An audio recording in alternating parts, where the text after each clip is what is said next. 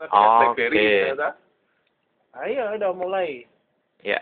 Ayo, udah sekelas. Nah ini kan kita melihat ini Pak. Jadi dari tahun 2011 ini kan jadi kan optimisme ke Indonesia itu tinggi. Ya. Tinggi dan kita melihat bahwa sekarang ini banyak investasi kayak masuk ke Indonesia. Nah kita lihat juga kan kalau tahun 2010 ini sendiri penjualan komputer ini sudah meledak ini kan. Dan orang sudah sekarang sejumlah orang sudah punya bayangan tahun 2011 akan jauh lebih meledak lagi. Nah kalau Pak Adria sendiri melihatnya gimana itu? Jadi ada dua arah narasumber ya, dari industri player sama dari badan konsultan ya. Iya. Jadi kalau menurut dari industri player ya memang pertumbuhannya akan sangat signifikan. Cuman kita ini terjadi yang namanya catch-22 situation di mana antara pertumbuhan yang real dengan pertumbuhan yang dipacu oleh data dari si konsultan tersebut ya. Dan notabene data yang disebut oleh konsultan tersebut seringkali jauh lebih agresif dari yang diharapkan oleh industry player. Cuman sayangnya juga banyak industry player itu yang compensation-nya itu jangan dilandaskan dari market share yang derive dari si konsultan tersebut. Ya kan? Nah, jadi mau nggak mau, kalau si konsultan bilang pertumbuhannya say 40%, ya semuanya industry player akan berusaha sebisa mungkin untuk mendekati prediksi dari si konsultan tersebut as much as possible. Karena kalau enggak, market share achievement kita nggak nyampe, ya banyak dari orang-orang kita yang nggak dibayar juga. Sehingga inilah yang disebut self-fulfilling prophecy pada dasarnya in term of market growth. Ya, jadi kesimpulannya adalah percaya nggak percaya data tersebut. Ya, jadi ada yang bilang 38%, 40%, segala macam in term of units, tapi in term of revenue apakah bisa seperti itu. Jadi pada dasarnya kita harus melakukan check and balance antara data yang didapatkan dari konsultan, data yang didapatkan dari industry player. Nah, kalau industry player, data yang cukup bagus yang biasa saya pakai adalah data dari Apkomindo, Asosiasi Pengusaha Komputer Indonesia. Dan itu adalah data dari industry player yang menurut saya lebih lebih menyentuh tanah lah, kira-kira begitu. Nah kalau sekarang terlepas ini kan tadi Pak Indra bilang dari Apkomindo itu kan bisa kayak dipercaya ini kan. Nah kalau dari confident dari asosiasi sendiri atau industri sendiri itu kira-kira seperti apa? Lebih dekat ke data-data ke Apkomindo. Ya, karena mereka notabene adalah distributor-distributor kita juga. Ya. Jadi maksud kita gini, ini kan jadi kan tahun 2010 ini kan sekarang sebenarnya perkembangannya itu sudah pesat ini kan. Nah, tahun 2011 itu ada semacam optimisme terutama yang dipicu oleh kayak investor asing.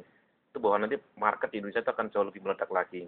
Nah, kalau dari industri player itu sendiri melihatnya kira-kira seperti apa? Jadi kita akan bagi market menjadi 3 segmen ya. Corporate yang termasuk government di dalamnya, usaha kecil menengah, dan yang satu lagi consumer.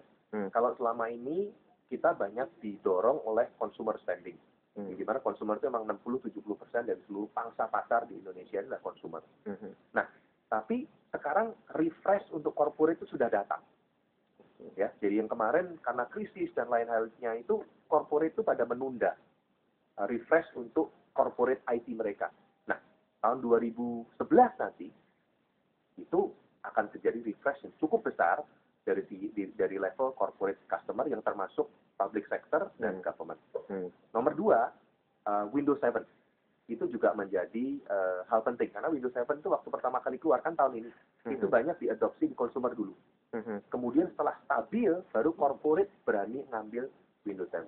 Jadi itu ada 2 cycle besar dari consumer spending sendiri dan kedua dari corporate refresh.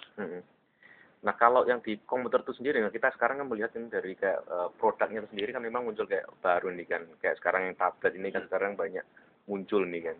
Nah kira-kira apakah itu nanti memang bisa jadi kayak penggerak nih kan buat di konsumer itu sendiri nih?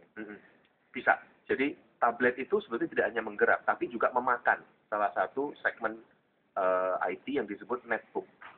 Ya, netbook itu akan kemakan dengan adanya tablet-tablet tersebut. Kenapa kemakan? Karena satu, tablet itu jauh lebih powerful dari netbook.